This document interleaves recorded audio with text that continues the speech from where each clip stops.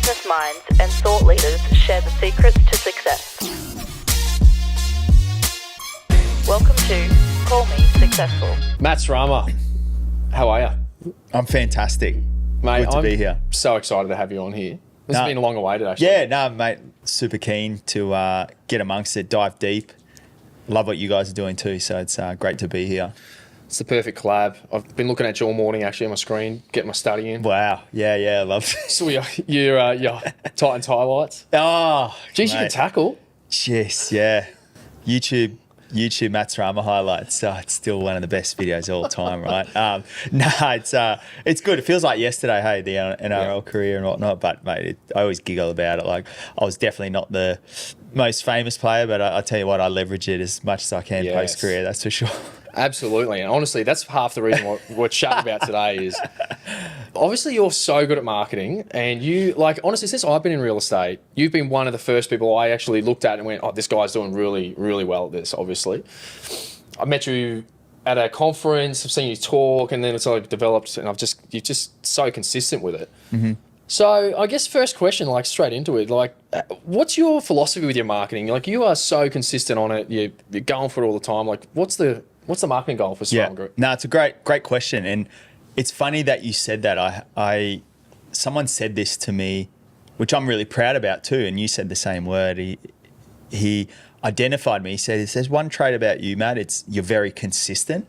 And what I said with marketing, I've got no marketing background. I don't have a marketing bone in my body. I do see the importance of it though when I started the business, and I just said to myself, like I did with my footy career, just show up and stay consistent and see how long I can. It's nearly like a game with myself on how consistent can I stay with something. So it's just a philosophy I've always carried in anything is consistency. Then if you dive it into marketing specifically, I said, how am I going to get the term buyer's agent in people's minds to kind of question what is the difference between a buyer's agent, sales agent? Because when I started the company and when I told people what I was venturing into, they kind of always put me in the same category as a sales agent, which I was like, okay, I'm really going to try and create the word awareness.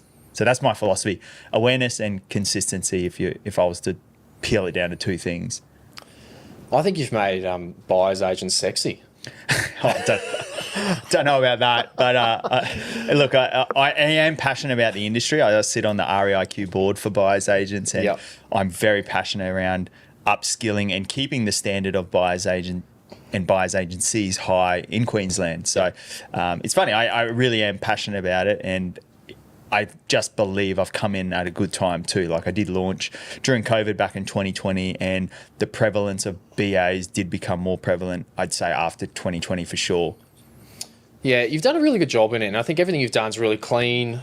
It's obviously really quality every time. I think every time, when we're talking marketing and we try and decipher what your brand is, who are you? Who do you want to be deciphered as? Who do you want to be known as in the public? And I think if anyone was to see any of your stuff, it's always high quality, it's clean, it's to the point. You give heaps of value, you give education back to your audience. I look at your stuff and I go, I just watched the video earlier, and you're like, if you want to know what the price is of the latest, latest rentals in Palm Beach. Yeah. You wait to the end. I was like, he's got me. Yeah, you do. I tell you what, and I love that you noticed that.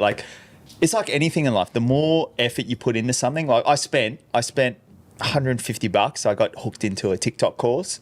Nice. And I got to know nothing about TikTok. I've got it. I've never used it. It's my team that use it. I want to actually have a crack at it next year.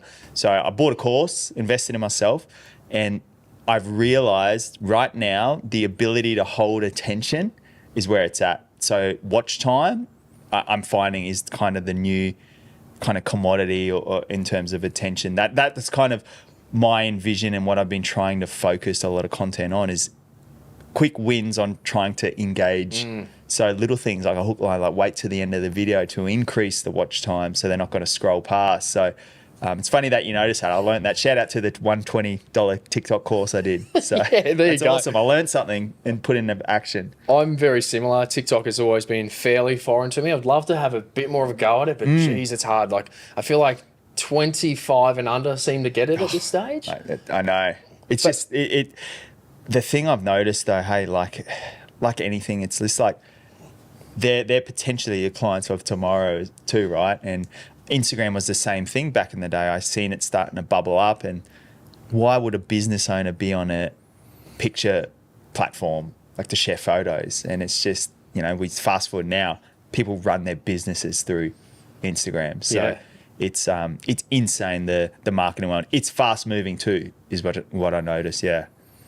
Totally agree. If we were to go back a little bit and look at your football days, my background is sport as well. We're obviously both very successful footballers. What did you play? Did you play league? AFL. Second tier. Ruckman? Definitely not. No. Nah. I was a glorified midfielder in my own right, but played the back flank. Yeah. Okay. No, you just always had a good frame. I was wondering what sport you played. I fluctuated. I was actually quite fit back in the day. I did a cadetship with the Gold Coast Suns when I was 18, and I actually used to run with them, do their 200s and 400s, and then I'd go do my own training. That was great. There's one time I went to Tasmania with them, and a player didn't rock up, or he was sick or something, and I thought, this is my opportunity. I'm playing my game. Yeah. They picked a 38-year-old that was broken down, had 2 bung knees. In that moment, you knew. That's it. Cutting it. Yeah. Real estate. But I think I look at sport marketing. Like, they do it so well. They're probably, in my eyes, one of the best at it. Yep. They use the community and that getting everyone on the same page. Like, you look at the Brisbane Lions as an example here, and they'll be on every billboard. Everyone's doing the classic shot. Yes. Yeah.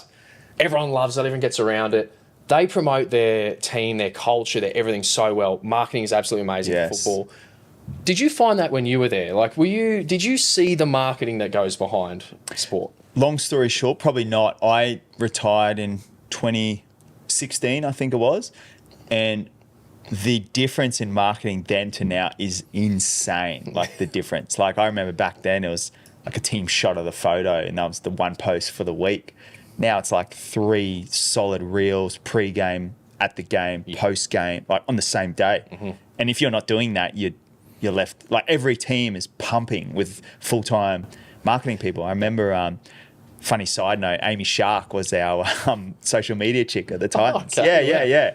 Then she used to gig on weekends, and she got a big break there. But she was on her own, and she kind of just do some stuff on her phone and stuff like that. So what I've identified these days is, yes, the teams, the brand and things like that. I'm noticing the brand equity of a player now becoming super attractive, and definitely some players now are stepping up in those areas too. So to answer your question though, back in my day, it was definitely not something we even thought of. Yeah, you've missed it.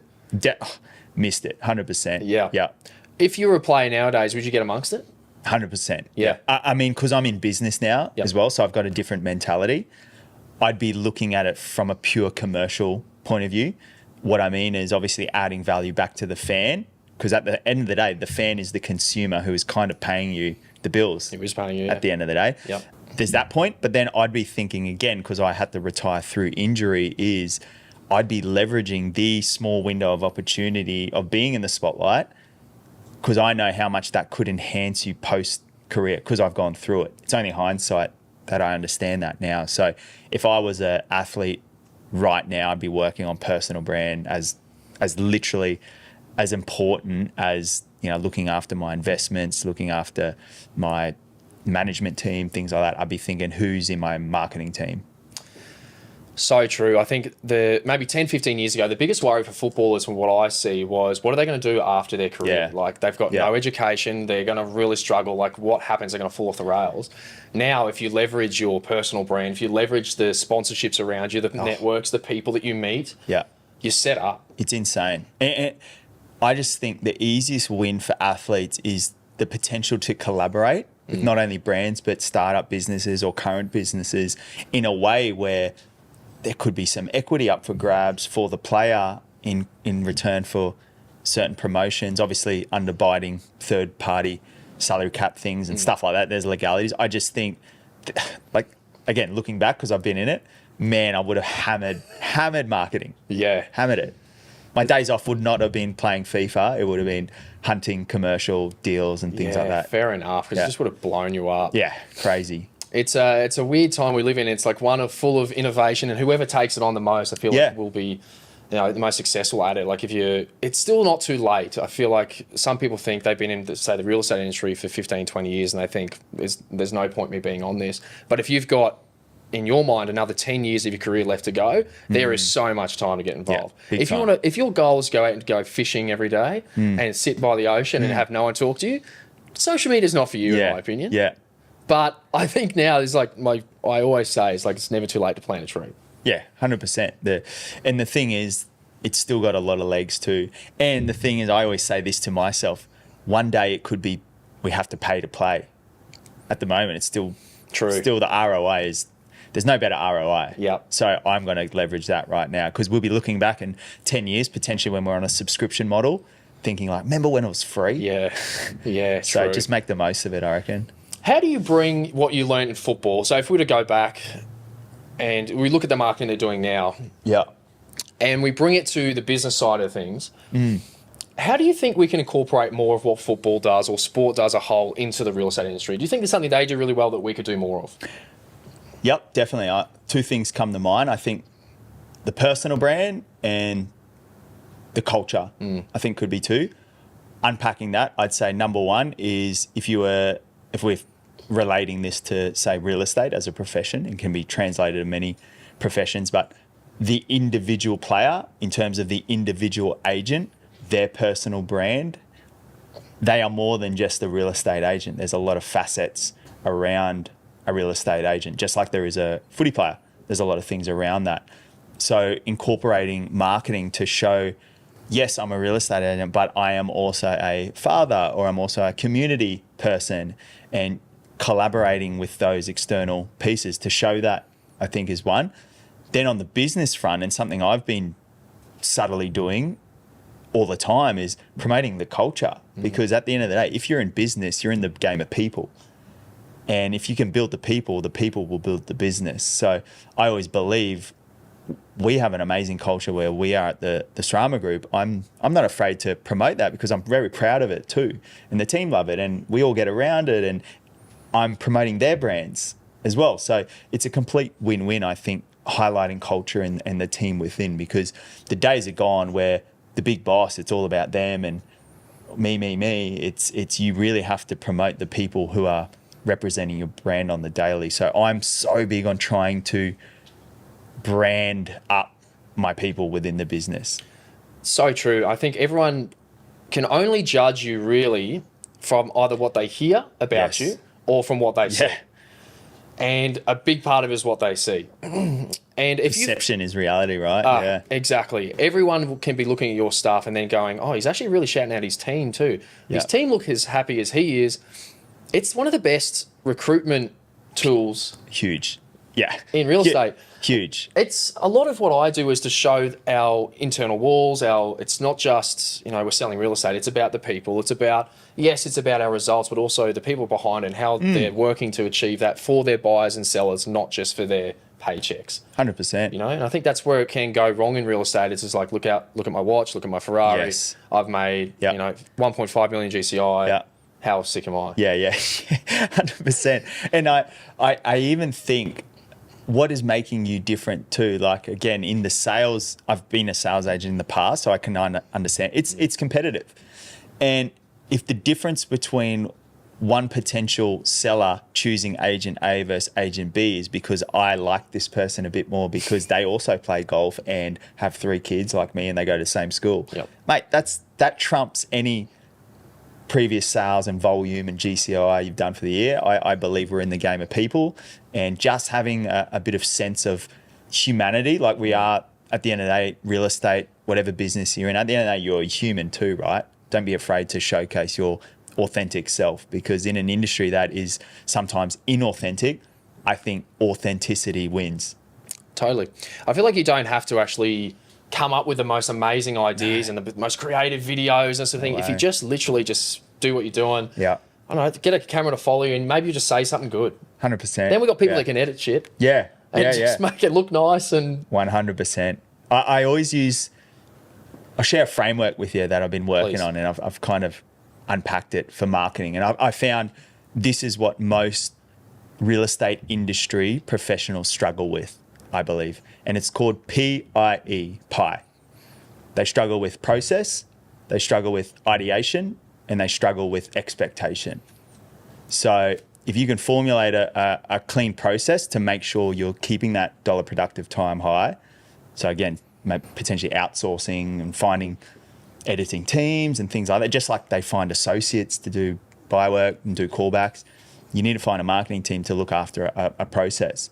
And then I think if there's a process now to ideation, like coming up with things, that's a huge one. That's one that I had to really work on. And once you have a process for ideation, you can really step up your consistency. And then I think expectation is probably the big one, where people will do it for 1 week or 2 weeks, don't get traction. And then they're like, Dan, mate, marketing's not for me. Yeah. It's just not. And it's like, well, what'd you do? 2 weeks, I went straight posting or had no engagement or whatever. I just think people's expectations should more be around, again, using that gamify, like how consistent can I be, rather than focusing on the vanity metrics. Yep. Is a big part of your business and sort of your education and teaching your team these little nuances in business as well? Like, have you realised that you're sort of developing as you're growing your business? Srama Group's growing exponentially.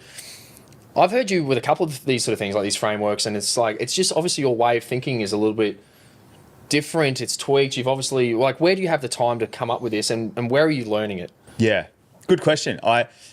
Long story short, yes, I love the mentoring and training side. Again, it's kind of more, comes easy to me. So that's why I've really focused early on in my business that I realized there's technicians and then there's leaders, and it's hard to do both. It's hard to wear both hats in this industry. So I've really lent more towards what gives me energy is the mentoring side. And so I love coming up with frameworks, and I've got a remarkable, it's full of frameworks, right? And I coach them to the team all the time. They love it because I'm very visual as well. But where do I find the time? To be honest, I listen to a lot of podcasts and read and kind of do all that jazz before work in the morning. Yeah, I do a lot of courses. I spend, close to 6 figures a year just always on like coaching, Wow. Retreats, just anything I can kind of absorb. You seem like quite a spiritual character. Yeah, I'd say so. Yeah, I'd call myself on the blokier side though. Like I'm open-minded. Yeah, I don't mind a bit of full moon chat and stuff. I can relate. Crystals. I'll relate, but I'm not. My house isn't full of those things. I'm all for it though. Don't get me wrong. We're exactly the same there. Yeah. I will put my toe in. Yeah. They'll tell me about the crystals, how, it will make me feel better, give me more money, this sort of thing. I'll buy them. Yeah. I probably won't buy them, but I'll put them on the desk. I'm definitely not going to discard anyone who's got the crystals and whatnot.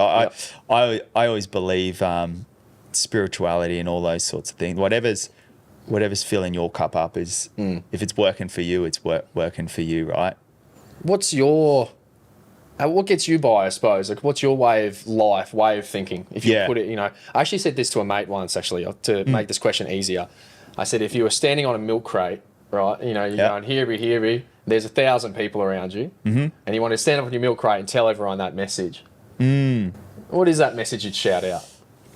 It's a really good question. Good analogy too. Thank you. By the way, I would say, mate, I believe this, like, I believe you have the most fun when you can create a vision big enough that everyone else's vision can fit inside. So, yeah, I've really kind of adapted that as of late where, all right, I want to create something big, but everyone else who's on the journey has to fit inside too. So that's been game-changing for not only myself getting motivated, because there comes points and times where like I've had success in business and I love it and I'll keep doing it, and I do my property stuff on the side and I love that, and I always ask myself, like, what is actually motivating me now? Because like it's want versus need, right? It's like things are comfortable. I love what I do, and the reason I love it is because I'm seeing now the wins of the people within the journey, sharing the wins with them. I find like that is kind of what I've been mentally focusing on, is creating big enough vision so everyone else's can fit inside. Well said. Good answer. Is that all right? On the spot too. No, it's just something I've been thinking about a lot. I think a lot of people, from what I've heard, that have become very rich or successful, or however you want to say it, potentially can lose a little bit of purpose with their life. So 100%. they might have really pushed in their career and then realised that they haven't spent much time with their kids. The kids are now teenagers and they're regretful of it. 100. They've made their millions, they have their amazing house, but maybe someone's passed away and they live in their house by themselves. And they haven't built these connections around them, these other things that are probably more important than business and making money and success, if you put it like that. So it's something I've always been big on. It's trying to enjoy the process as well. And I think what you're saying here is to keep your purpose, thriving, is to bring everyone else into this sphere of success, I suppose. Yeah, 100%. And if you protect your purpose will protect you. And I really believe at the end of the day, like, it also changes, there's so much pressure on what's my purpose. And I just think for different seasons of life, it always changes. And one thing I've been really big on is, to answer your question, I love how you kind of broke it down into balance and things like that. I've got this framework that I use to map out my years and quarters. It's called the 8 Fs. So there's fitness, and these are kind of the orders change is dependent on where I am. At the moment, it's fitness, it's family, it's faithful relationship, friends, figurehead, as in like business, figurehead, finance, fun. I always just say finish. That's kind of investment into self, like finish a course, finish a retreat, things like that. So those 8 Fs kind of have been my guiding support every quarter for the last 6 years since I retired. And I map out those 8 Fs and choose a key intention, like I call it a project name, in each section. And then that is my project for the next quarter in those 8 areas. And what I notice is why I love it is because I don't lose sight of, again, family. I got a KPI with a family project, just to not lose track of that. It's all around figurehead, or it's all around finance. There's a lot of other things that you would notice. I put fitness first because I believe if you're in the best shape of your life personally, you can then add value to a lot of other people through that. I just think sometimes you should be the first on your list. I agree, because when you go to bed at night, there's only you left. Yeah, true. Yeah. So you close your eyes and it's like, all right, now what am I thinking? Yeah. It's just me now. And that's sort of, I think, when people struggle with anxiety and struggle with sort of the mental pressures of life and everything that's happening around them, that you need to get yourself sorted, like make your own bed first. Yeah, I think, love it. Water your own garden. That I can keep going. I'll give you all these analogies. But 100%. And fitness, I like actually what you're saying there. It's like, if it's on a bit of a rotation, you can put a lot of pressure on yourself to try and get everything done within the week. And I'm probably a little bit guilty of it myself. It's like, oh man, I haven't been to the gym 4 times this week, which I was really planning to. And I had all these other things that I was going to do. But it's like, if you set an intention for that quarter, like, this is what I want to get the most out of this. And then I'll kind of cycle back and it doesn't have to be all at once. No, it doesn't. And a big game changer, I learned it from one of my mentors, is giving things a project name. So for instance, example, within my finance pillar, like one of my intentions is the project name's financial comfort. That is the project I'm working on for the next 12 months. The quarter goal was like tax return done, send documents to broker. Action. That's an actionable tick off. And that's it. Like, how simple, like if you were to say, are you serious? You got 90, I just say, yep. That's so sense of fulfillment, ticking that box. And I've moved the project financial comfort closer, because the next quarter will be, getting my team sorted. I'll start looking at property again for myself. So it's kind of like always slowly chipping. I think what I learned early on and what I identified through a mentor was the best at the top, they get rid of complexity and they achieve through simplicity. And I've just been huge, even with the team now, and simplifying your days and weeks. You're a word master. You are an absolute word master. Maybe you could have been a rapper in your other life. I love it. It's funny, all my mates from Forest Lake would be giggling at that because we used to make a few tracks on the garage band back in the day. Oh man, yeah, I've made that's one. Another story. Made one. Yeah. Okay, quickly. Yeah. I feel like we can bounce off each other a lot. Yeah. But I made one soundtrack called My Name's Rick. And it was during COVID, didn't have much else to do, and I thought I'll just try this DJ thing. Track, yeah. My name's Rick, and I like to party, and it's just to drop into this. How good. This banging beat. Which So it's like EDM kind of. I don't know if I love that. it had many supporters behind it. My wife probably thinks, like, why are you talking about this right now? That's not your claim to fame. Oh, I love it. But show me it off air. Yeah, sounds good. Pump it this weekend. To bring it back a little bit, so you're obviously big on the podcast life. You've got your own and you're pushing that hard. If we're talking marketing, how is running a podcast helping your business, your connections? Do you find it helps? Love this. Good topic too, because it's really top of mind. I've actually pivoted a little bit because of my learnings through podcasts. Do I think podcasts important? I think it's great. Yeah. I think it is amazing.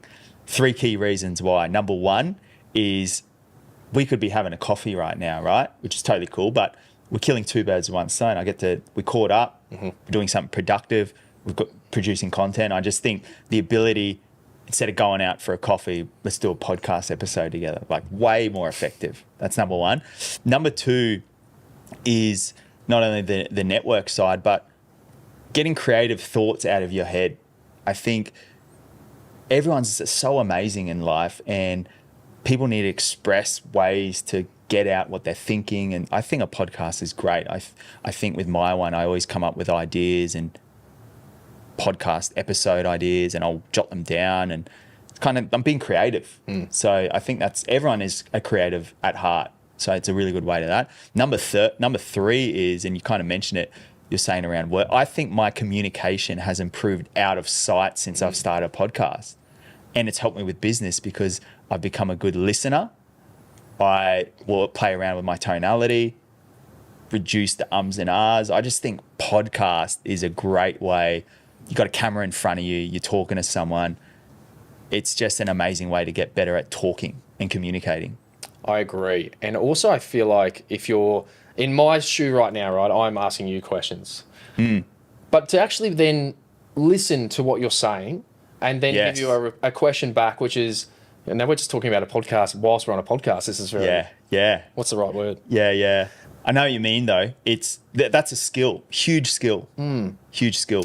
To keep a conversation rolling. Yeah, exactly. I think we work with a lot of agents, and a lot of them like to, interview businesses as an example. Like, hey, we're at the local coffee shop. What are you doing? Like, how's business? And they say, great. And they just hit them with another question out of nowhere. It's like, it's completely random. Yeah. So I think what I'm learning here as well is to actually, it really shows you that you need to listen and then kind of create the conversation. And the same thing goes when you're creating videos with other people in businesses. If you want to actually collaborate really well with people, that don't just have a set script ready and just kind of be relaxed enough to just have a chat. Yeah, 100%. Again, authenticity is key, right? So they're the 3 key reasons why, I loved it. And then that's not even the marketing side, right? The marketing side, I love the word leverage, right? It's one of my favorite things in the world. In the world? In the world, yeah. Leverage. There's a lot of things to leverage in life. But with marketing, I can leverage, because again, I'm ticking the pie analogy, that P-I-E. I is ideation. I can get 4 to 6 good pieces of content from an hour-long chat, which covers a lot of my ideation right there. So for no extra effort, I'm producing content on a long form and short form. So that's a big one. I think now what I've learned, I can't reveal too much, but I'm actually pivoting the podcast to go actually deeper into a niche. Okay. So I've been studying a lot, and I really want to go niche on niche, I call it. Like, I'm not just a buyer's agent. Like, we've got a company that services this particular area, and I really want to dive in. It changed my mind. I was listening to that, I forget his name. I'll tell you after. I'm sure you know. He's one of the big marketing gurus in the world. And he said what he's noticing in society now is there's being popular and there's making money, right? And both are great. He just sort of said in regards to, like, what's your goal, like, with your business and whatever podcast you're doing? Is it to gain traction and gain more attention, or is there ways you can kind of go deeper but monetize and attract your audience? So it's kind of that analogy of, like, maybe less people listening but more depth on the people that are listening. So it's kind of playing around with those two a little bit. Yeah. So I love it. So I just think podcast is great. Yeah. Yeah, you're a real marketing man. And I think marketing is trying. Marketing is, like, no one's going to get it right. I don't get it right. We try our best, and it's like, could that have been better? Almost every time we look back every 3 months and go, oh, can't believe we did that. Yeah. But at the time, we were like, this is it. Yes. This is it. So I think you're obviously doing really well at that. And to then experiment with the next thing, that's cool. Obviously, you're an innovator in the marketing sense. Matt, my last question for you today is: you're a very successful man. You've played footy. You've got your own business. You're obviously in the property market. You're, as you're saying, quite comfortable. What's your definition of success?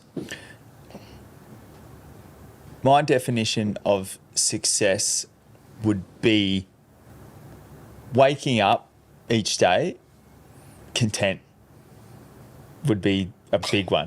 Just drop the mic. Because at the end of the day, have you heard the Mexican fisherman analogy?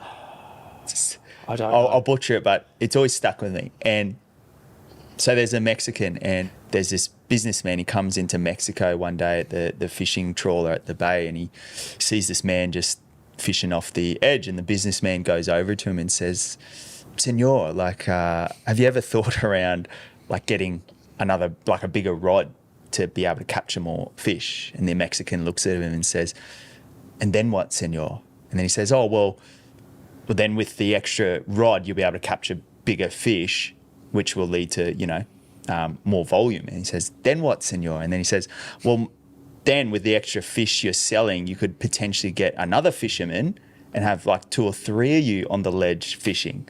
And then he goes, "Then what, senor?" And then he says, "You could then, with the excess profit, you could obviously get a trawler with a motor on it and go out deeper and get the bigger fish." And then he says, "Then what, senor?" And then he says, "Well, with those profits, you could actually get 3 trawlers with 15 by 15 meter nets. And we can pump one in the AM, the PM, and on weekends." And then he goes, "Then what, senor?" And then he says, "Then you can spend your day fishing all day, every day." Yeah. And what it's trying to say is, just because one is there and one is there, everyone's got their own definition of success. It's not defined by money, bank account, whatever. Some of the most successful people I know are super content with earning whatever they're earning. I also know a lot of very wealthy people who have very poor health, relationships, things like that. So I do not see that as successful at all. So the content human is the easiest way that I look at success, and the only person who can actually judge that content level is the individual within. Jeez. That's my nice. definition, I think. I've never got asked that, actually, so... Oh, you answered it well. It's like you've answered it. Yeah, I'm going to recycle that one. Sure. I'll send you the video clip. Interesting. To touch on that then, I hear to oppose that is people think contentness is what will actually destroy success and the want to keep achieving. Yes. So what's your thoughts on that? I would say then, well, what do you want? Like, what do you want at the end of the day as well? Because if the want is, say, X, right? And if you achieve that, you'll have, you'll be more content, right? Well, that's a personal thing to get to that next level, whatever it is. What I find though is when that expectation of the next thing is on the reliance or the expectation of I'm going to be validated through other people and that will make me content, I think that's that kind of fine line. If someone's content and doing it, and that's what I was saying to you before, I feel very content as is. What's driving me now is achieving goals for other people, and so that's my strive now. I'm happy to work a bit later now and things like that because I found like a new I guess purpose to kind of hit a new goal. But at the end of the day, it's not gonna solidify my identity as a man and a human if I don't achieve that either. I think it's contentness, not complacency. Yeah, pretty much. Yeah. You're happy doing what you're doing.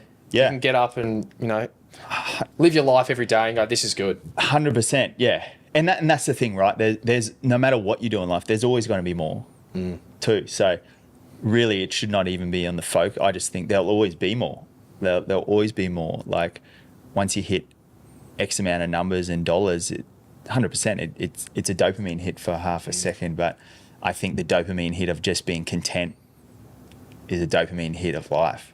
You have it all the time. We can put that on a shirt. We should put that on a shirt and sell it. That's great. Matt, I'm going to leave you there. Thank you so much for coming in, man. I've been looking forward to this for quite some time, so I think you've got some really cool value knowledge bombs in there for people, which I think hopefully they enjoy. No, I appreciate it. Thanks for having me, and I love what you guys are doing. And man, unreal host too. Oh, stop it. Love it.